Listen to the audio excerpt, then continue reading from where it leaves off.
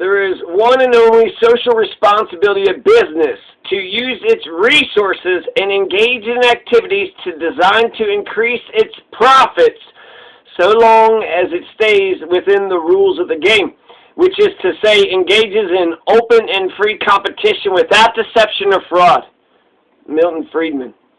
So no social obligations whatsoever. Milton Friedman's great capitalist society will come about if you just let the laws of supply and demand work itself out. Just let the magical, invisible hands of the producers and consumers in the magical free market do the work all on their own. Milton Friedman assures us that a customer is a rational person who makes the best decisions for themselves, and that the best way to organize a society for utilitarian ends, good outcomes for most people, is in accordance with the laws of supply and demand in the magical free market. In short, let the consumers and producers trade as they please, and then you'll see good outcomes for most people.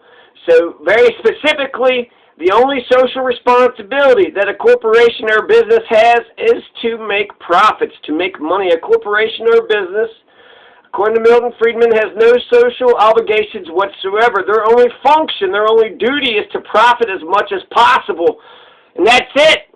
For the owners, managers, workers, stockholders, and customers, a corporation must survive and thrive. And that's based upon its ability to do good at business, which is, namely, making money, profits.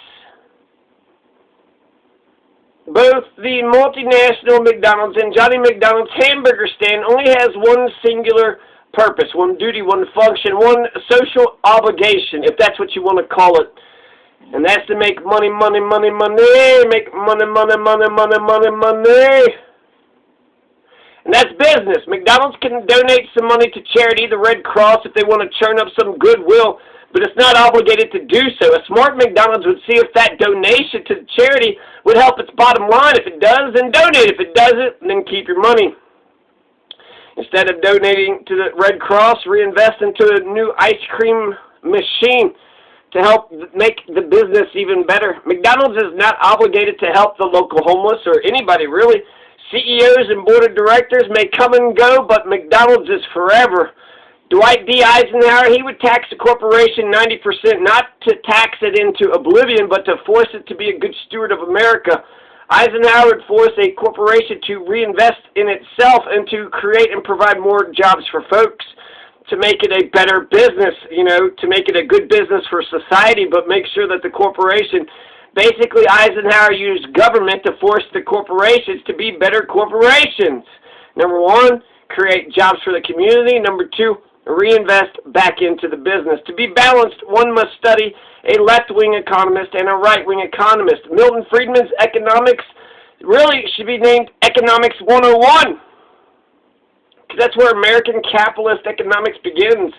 The smartest and most effective Marxist is the one who masters Milton Friedman inside and out. I'll focus my economic studies on Joel Magnuson. That's my left-wing economist, Joel Magnuson, who's wrote Mindful Economics and the Approaching Great Transformation. And Milton Friedman, and then I'll use Adam Smith as the control stabilizer, the middleman, the moderate. Adam Smith is the moderate, Joel Magnuson is the left-wing economist, Milton Friedman is the right-wing. So that's going to make me very balanced when I talk about economics. Milton Friedman was rightly opposed to the draft and the war on drugs. Milton Friedman, surprisingly, is for universal basic income. Martin Luther King was too. Guaranteed checks for everybody. Milton Friedman was for it. Jordan Peterson is against it, but Milton Friedman was in favor of it. Milton Friedman was a government minimalist. For Milton Friedman, the government which governs best is the one that governs least. Milton Friedman is a pure, true blue, laissez-faire, capitalist libertarian. He believed that all interactions and associations should be completely voluntary. Milton Friedman believed in a small government, but he wasn't an anarchist. He didn't believe in no government. Milton Friedman believed that the very least and a strong and fair court system so that the corporations would have a way to resolve their differences. It would be instructive to see how much government Milton Friedman was okay with.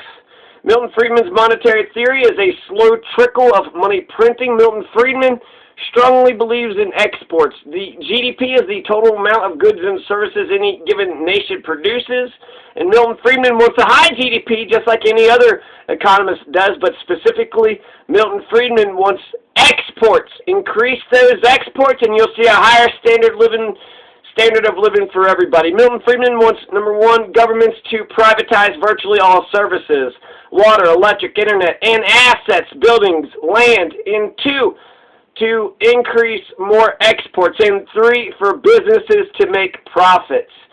Society is a collection of individuals and of various groups they voluntarily form. Milton Friedman.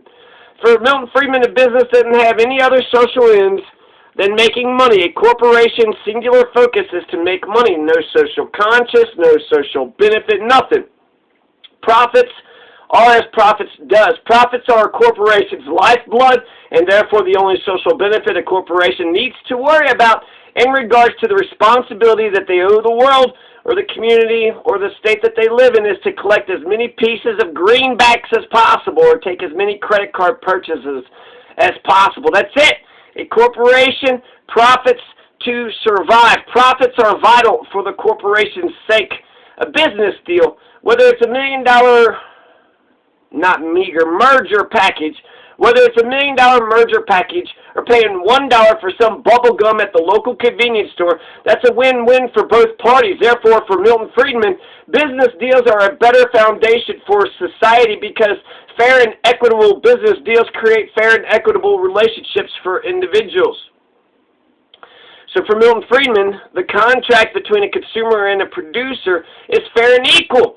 One gets a service or a good, and the other gets $1 or $2. Both walk away winners. Milton Friedman's social contract sits upon a stronger foundation than Jean-Jacques Rousseau's does. The foundation for Milton Friedman's great capitalist society is based upon voluntary association of two individuals and the business agreement made between them. A slave cannot enter into a contract fairly, and so therefore we need to figure out if the average consumer and the average producer are slaves or not. I suspect many Americans are free to choose their destinies, but I also suspect that many Americans are not. They're free to choose whatever wage slave position they must have in order to pay their respective rents, mortgages, and bills. In an ideal free market resting on private property, no individual can coerce any other. All cooperation is voluntary. All parties to such cooperation benefit, or they need not participate. There are no social values, no social responsibilities in any sense other than the shared values and responsibilities of individuals. Milton Friedman. Milton Friedman comes across as an honest, common-sense economist. The things that Milton Friedman says, exports are very important, government needs to be slender, and the only social obligation for business or profits are obvious. And they validate and justify America's centuries tradition of capitalism, which carries on until today, unbeknownst by most Americans. If we were to delete all the mathematics and science truth that we know of today, the same mathematical and scientific truths would be discovered later. 2 plus 2 equals 4 forever. Even if for some reason we forget that fact for a period of time, 2 plus 2 equals 4 forever, always and forever. So if we forget that 2 plus 2 equals 4, eventually we're going to come back to when you put 2 things together with 2 other things, that makes a total of 4 things. And that is a fundamental truth that will never change. And that's true of Milton Friedman. Delete everything that Milton Friedman's ever said and then listen to other economists. I haven't come across anything that Milton Friedman has ever said that was blatantly wrong or contradictory. I'm sure it's bound to happen, but so far Milton Friedman is batting 1,000. To deify any man is fallacy, but I'm definitely more of a Friedmanist than a Marxist, because if we were to delete all the economic truths that we think of today, I believe that we would rediscover Milton Friedman's principles as the foundations for American Economics 101. So yeah, Milton Friedman is, you should build a society on Milton Friedman's ideas. and everybody should be familiar with who Milton Friedman is and what he believed in, what kind of, what's the economics. People, everybody's dicks, right? Everybody's a bunch of assholes. Is that what our, it kind of is, in a way. Our capitalist system does say just be greedy, make money for yourself, and fuck the rest. And you do need to save yourself, so make sure, and then also the engine of capitalism, because of that competitive, I think the engine of capitalism is stronger than the engine of socialism. But I'm both. I don't need Marx to be a socialist. But I think to understand economics, you need Friedman, and if, like I said, to deify any man is fallacy. So I want to somewhat get away from him, but Milton Friedman is, his economic ideas, when I think about what does Milton Friedman and what does he think about economics, it just feels like that's chapter 1 of Economics 101. So yeah, for Castilla County, for Colorado, for America, for anybody who actually just wants to understand American capitalism, read Milton Friedman, find out what the hell he's talking about. And yeah, I think these are good principles to build a foundation from. He's chapter 1. We could talk about chapter 2, chapter 3, 4, 5, and 6, and whatnot. But you gotta, I need to see that you have a thorough understanding of Milton Friedman before I ever consider you my friend.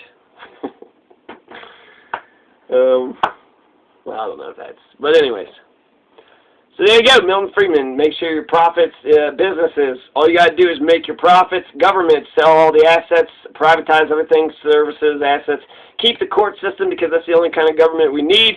So sell the assets, privatize everything, have a court system to make sure everything is fair, and then make sure the corporations understand that they don't have to do shit for anybody.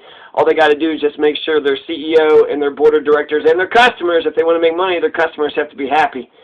So that's the only social obligation a corporation has to make, is to make profits. To make profits, and that's it. My ear just popped. I don't know if that...